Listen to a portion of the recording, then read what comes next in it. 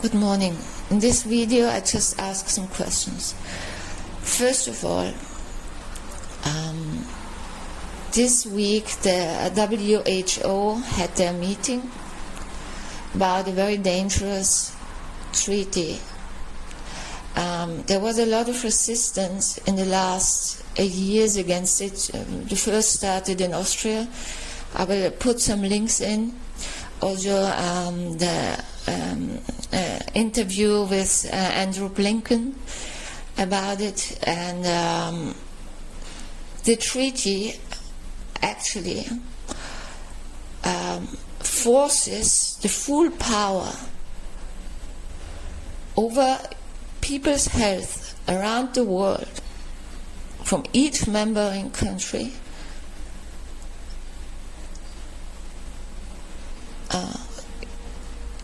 so you have no parliamentary rights. When you're a monarchy or a dictatorship, you have no rights anymore. The WHO has the right to overrule you and everything. Why any country wants that is a mystery to me. Why nobody protests? Very few politicians, by the way, like Andrew Blinken. Tell me more about it. But there is also no political leader stood up. I mean, leadership, yeah, and people who are in charge, who are in power, stood up against the Western agenda, against this corona nonsense, against protecting the population. No one of you stood up. So, because I had the idea, all eyes are on Israel. Everyone is only concerned with Israel because Jews are news. That there is also genocide going on in Sudan, genocide going on in Nigeria, a genocide going on against the Kurds, and so forth and so forth. The Houthis in Yemen, nobody cares, because no Jews, no news. But my idea is usually that this is a smoke screen. The real fire is somewhere else. And I will post several videos about it, because behind this smoke screen, let's punish Israel around the world the whole time and fuck the Jews. But this, I'm sorry to talk like that, but this is what's going on, which is completely artificially staged. When something happens like that and you know, hey, this doesn't fit, there's something behind it. And behind this is the Western agenda that's going on.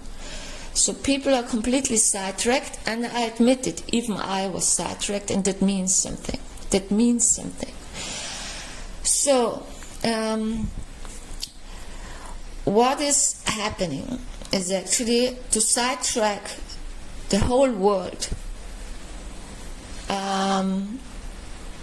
to prevent that they wake up and fight for the freedom. Because when you think a digital ID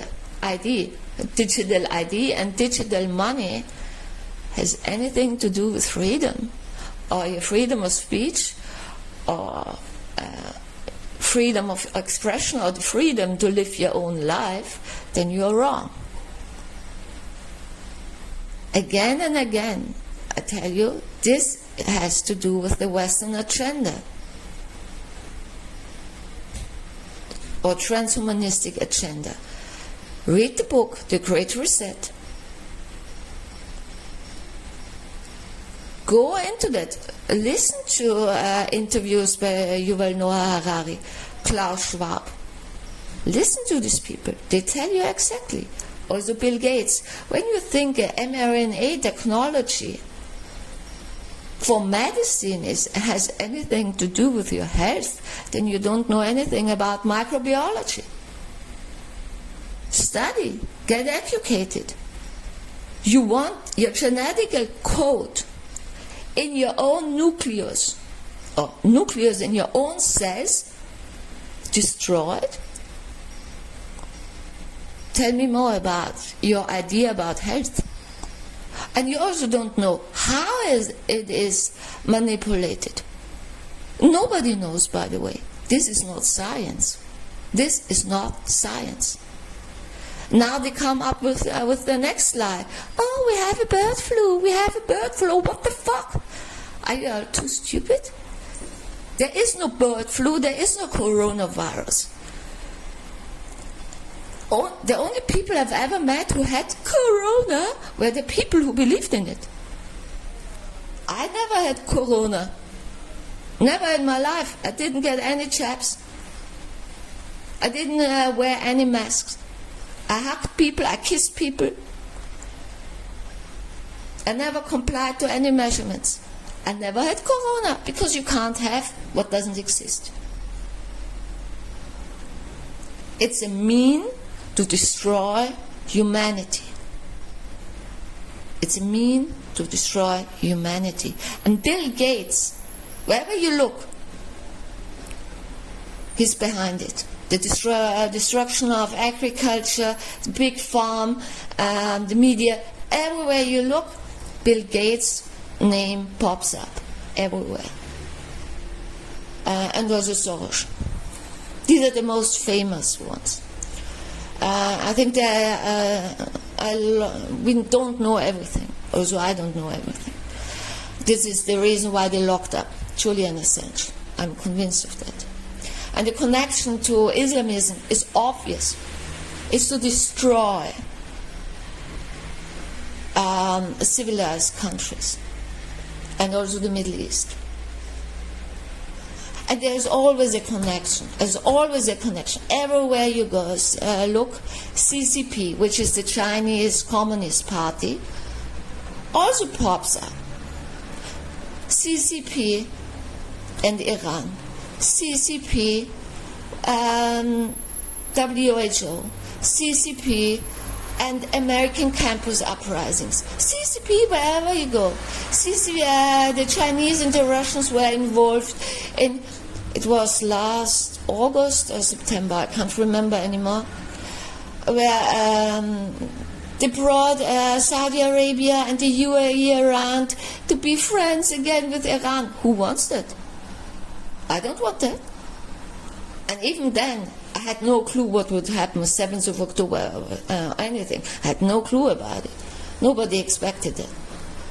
But they planned it already for a long time.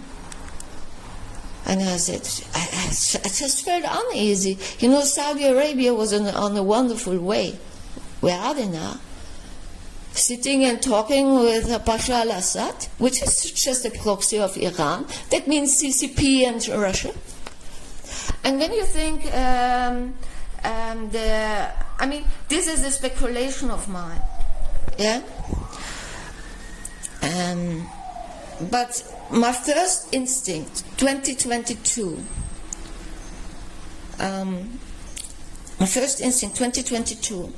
when Russia started the military operation in Ukraine. We're talking also about now, let's talk history. 2014, Maidan, the CIA and the American embassy in Kiev were behind the uprisings against the democratically voted, elected president of Ukraine. Yeah? So Maidan, killing of the Russian population, and so on and so on and so on. That all started 2014. Then there were Minsk I and Minsk II, and I said, okay, when there's a crisis, first of course you try to solve a problem by diplomatic means. So Minsk I is logical, but why do Minsk II? Nobody knows. But my first instinct when the Russians started the military operation in Ukraine was, wait a minute. Do you play in the hands of the Western agenda? Because the Western agenda is also, it means the destruction of Europe. And the European economy and industry is dependent on cheap Russian oil. Okay? So with the sanctions, there is no cheap Russian oil, and the whole European economy goes down. Yeah, it lies in shambles. Yeah, it lies dead in tatters. So So the sanctions are needed, as sanctions are against Russia from the European Union, are needed to destroy the European economy, and also the mass immigration, which is the replacement migration, the UN agenda.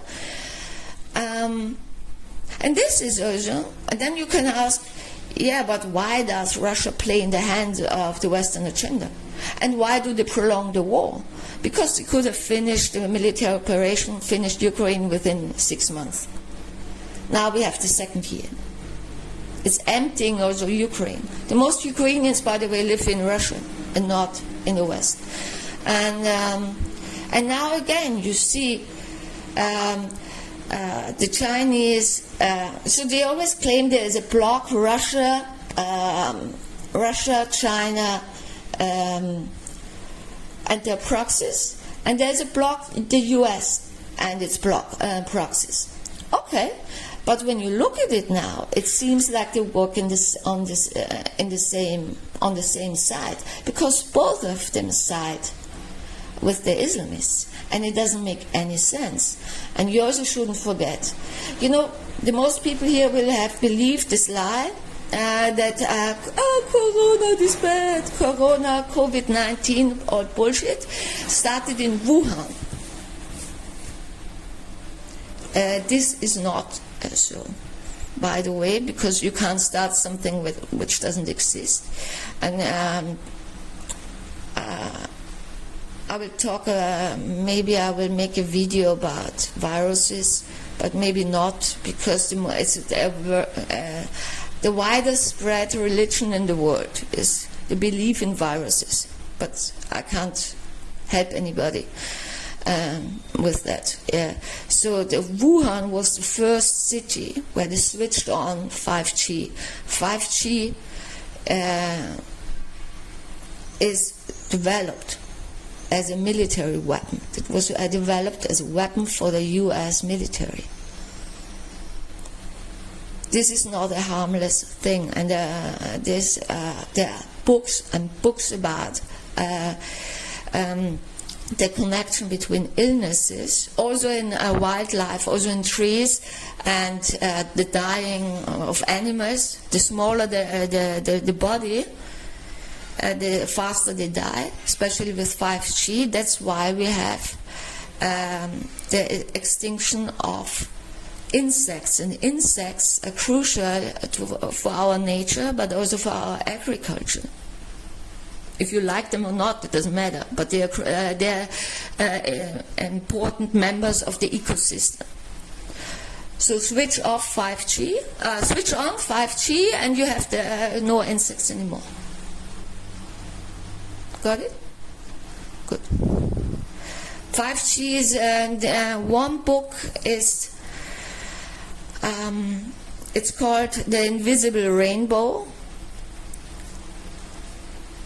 and I forgot the name of the author, but I will write it in the description. I will look it up. The Invisible Rainbow. And this is also the history of illnesses connected to new technology.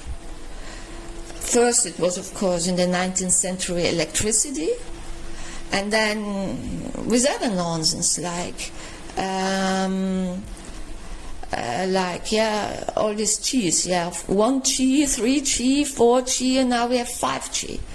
And if you think smart technology means that you're smart when you use it, and I admit I also use a smartphone, but you're not smart when you use it. The people who developed it were smart because they installed a need that was never there. But in fact, it's heavily also computers and smartphones. It's very strong radiation, and of course, it is a surveillance technology. Never forget it. And surveillance is always a mark of a dictatorship. And we have that already for years. In I don't know about the US, but I know about Europe, that people who speak up against this Western agenda, get their bank accounts blocked. Everything blocked. They can't get their money. Even a friend now in Austria has his bank card blocked, which is a problem for me because I live in Russia and he sends me my money, so he can't send me my own money. Yeah, my bank account was also blocked because I moved to Russia, and so this is a means to destroy people and to shut people up. Digital money makes it even worse.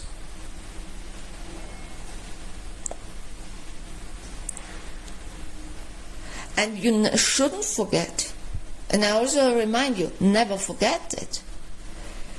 This whole Western agenda has a goal, and also Klaus Schwab says it openly in the World Economic Forum, which is not a World Economic Forum because this idiot has no idea about economics. Yeah, it's also a fake CV. Yeah. I read the description for WIF is wrecking everyone's future. It's exactly, the goal is a world government,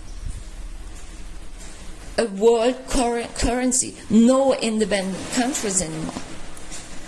So the users of Islamism as a means, but they will be fooled because the Islamists have their own agenda. I made a whole video about where I explain Islamism. It's on Rumble. My Rumble account is Nurit Ahuva, like you write it exactly like my YouTube account. This is Islamism has its own agenda, and they're religious fanatics. You can't control them and use them as their own, for your own ends. They will abuse you. And I always also post an article about how Islamists infiltrate, on the long run, patiently, Western institutions, also like the ICC, which now persecutes the Israelis. And as war criminals, also they did it also with Putin.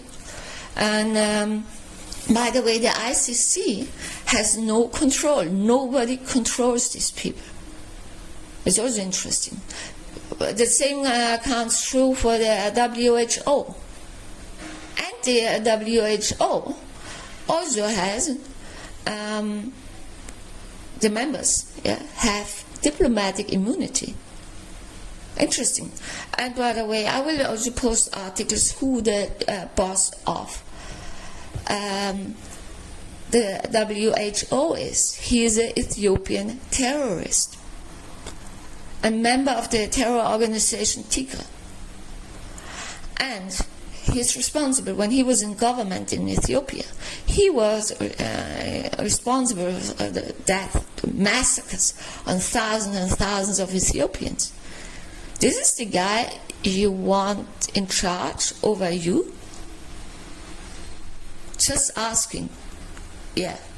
I mean, and honestly, politicians, what are you doing? Your job is to know. And that's why you also have employees that work for you. You have to know. This is your job. You have to protect your citizens and your people from criminals. And deep state, CIA and whatever you call it, these are criminals. And by the way, also Fauci is also linked to the CCP. Everywhere you looked, there is a link to the CCP and to Bill Gates and to Soros. My God, this is not interesting. And this is, of course, a coincidence. I'll tell you also now, this Rashid Tlaib, I don't know how you pronounce her, she's an American, she has an American passport, she's of course not American. Anti-Semitic, pro-terrorist politician in the US. I don't know why these things are allowed. She attended a pro-terror conference organized by the CCP linked for a People's Forum. The People's Forum is funded by Neville Roy Shingham. He's a guy, a billionaire, Marxist, I mean, communist. He lives in Shanghai, and he also supports the CCP. Wherever you go, there are the same people behind it, and it's a bit weird, right?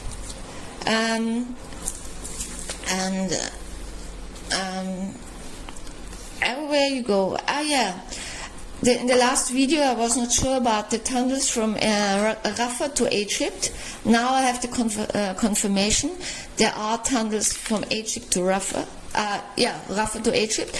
Yeah, the Egyptians just enforce the border so that it looks like they don't want any exchange, but it's of course good business. Yeah, weapon smuggling is a good business, and the incident at the Egyptian-Israeli border is also that Egyptian soldiers opened the fire on Israeli soldiers, not Israeli soldiers controlling the border, but Israeli soldiers who operated near the border. Yeah. They had nothing to do with border control. And of course the Israelis shot back. What Egypt is doing is wrecking the peace in the Middle East because obviously they prefer Islamism. And Saudi Arabia, I think Mohammed bin Salman, MBS, is actually, he wouldn't be that bad. He has great potential and he's also an intelligent man. But he also fell into the trap of Russia, China, Iran. And this week he met already with Bashar al-Assad, who is nothing else than a proxy of Iran. And good friend of Putin. So this is what we have now. Come to your own conclusions. I don't know what to say about it. I needed several days to make a video because I was so upset and my head was spinning. Yeah, it's just spinning. When you look at this, how shall I put it, how the whole world is deliberately destroyed.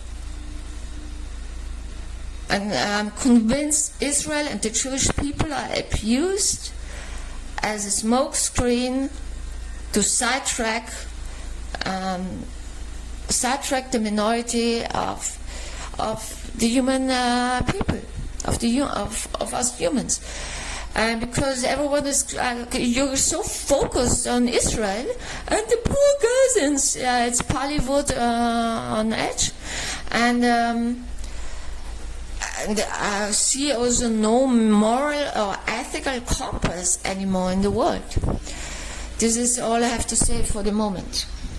I also wanted to add something on Iran, nuclear. Iran is a nuclear power. They're close to be a nuclear power. The Israelis say so already for a long time, for more than a half year. Saudi Arabia, is this what you want? UAE? This is your idea of peace in the Middle East? It's not mine, honestly. These are religious fanatics, these are Islamists. And we also don't have to forget Turkey. Yeah? Sometimes I also speak about Turkey, what's going on in Turkey. But they are proxies also of Iran. And Iran as a nuclear power is not funny. Yeah? To use a euphemism. And last year, it was before October 7th, Shoigu, for the ones who don't know who Shoigu is the Russian Minister for Defense, visited Iran. I felt uneasy about it. Why should a Minister for Defense visit another country?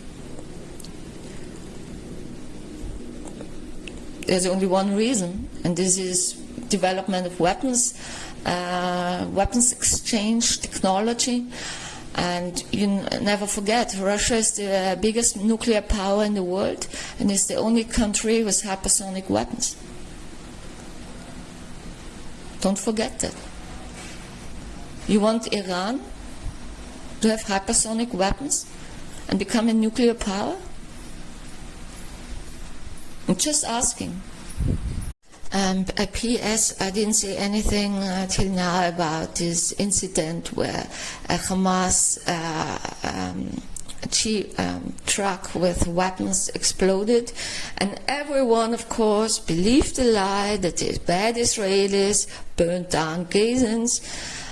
You want to believe because you're full of incitement. When you believe liars who always lie, why do you believe them? Why you keep on believing them? The Israeli strike was 1 kilometer from the fire that broke out. It's still, by the way, under investigation. The Israelis struck precisely a building where terrorists gathered. They know what they are doing. And 1 kilometer away, this fire broke out. It has nothing to do with the Israelis. But the Israelis investigated. But it's to produce victims. This is the system. And I posted already in the description of another video interview with Mossab Hussein Youssef, where he explains the system. He explains the system of Hamas. It's not only Hamas, yeah. It's also Fatah, Islamic Jihad, all this pay for slay, PLO, and all these idiots. The more victims they produce, the much money and support they get. That's why they use photos of Syrian victims of ISIS and Assad. Mainly, that's why they produce their Bollywood videos. That's the reason. And as long as you fall into the trap, I'm talking also about the UAE, and as long as you support them, they will go on. And I really speak to the UAE. I've been there and met also outside of the UAE, Emiratis, wonderful, nice people. And I also listen also to Loal Sharif and Amchat. How fantastic the UAE is. Maybe, I don't know. Maybe it's wonderful. It's safe, it's good. Jews and Muslims and Christians and the Hindus live there side by side. Wonderful. But you don't help anybody else with that. And when you side with Islamists and support them, yeah, what are you then? Yeah, I mean, ask yourself. And you have to know. When you're a politician, you have to know. It's your job to know these things and to act upon it in a right way. When you say you're against Islamism, then act upon it. And now there are two filmmakers who are targeted down. One is an Egyptian filmmaker. His name is Sherif Gaber. He asked now for help because they sentenced him now for 5 more years in prison for criticizing Islam. The other one is an Iranian. I will post him here. I forgot his name. He fled on foot to the West. His film was now screened at the Cannes film festival in Cannes. And I mean, what is your problem with criticizing Islam?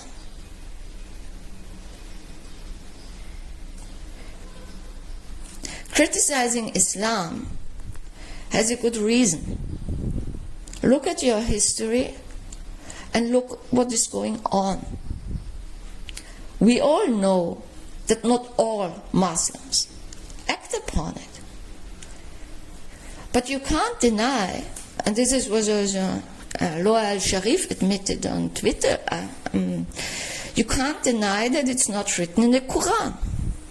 It's written in the Quran to kill all non-Muslims. It's written in the Quran to beat and rape your wife. It's written in the Quran that you can have sex slaves. There's still thousands of Yazidi women who disappeared. Yeah? Look at the hostages, the Israeli hostages in Gaza. This is written in the Quran. And world dominance. So you can't deny that. Yes, there is a need for a reform in Islam, but it has to come from inside the Islamic world.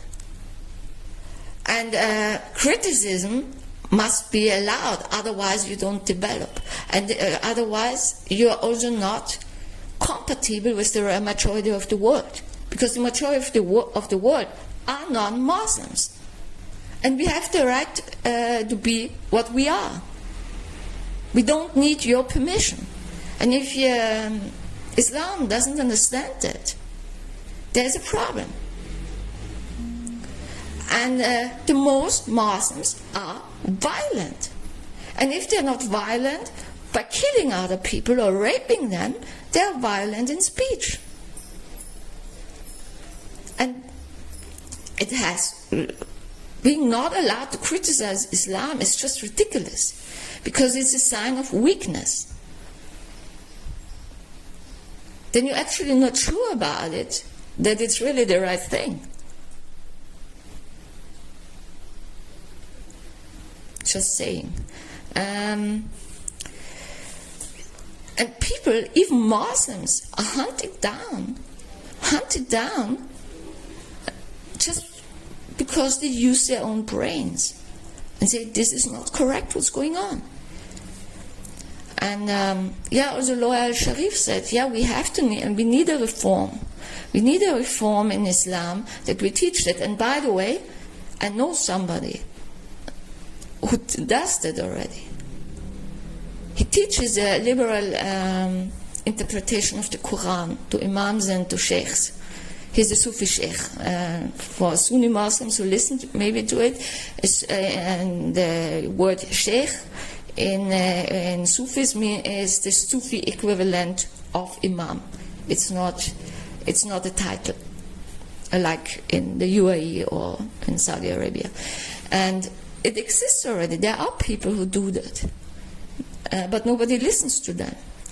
And he's, of course, an Israeli Arab Muslim, dedicated his life for peace. We need to listen to people like that.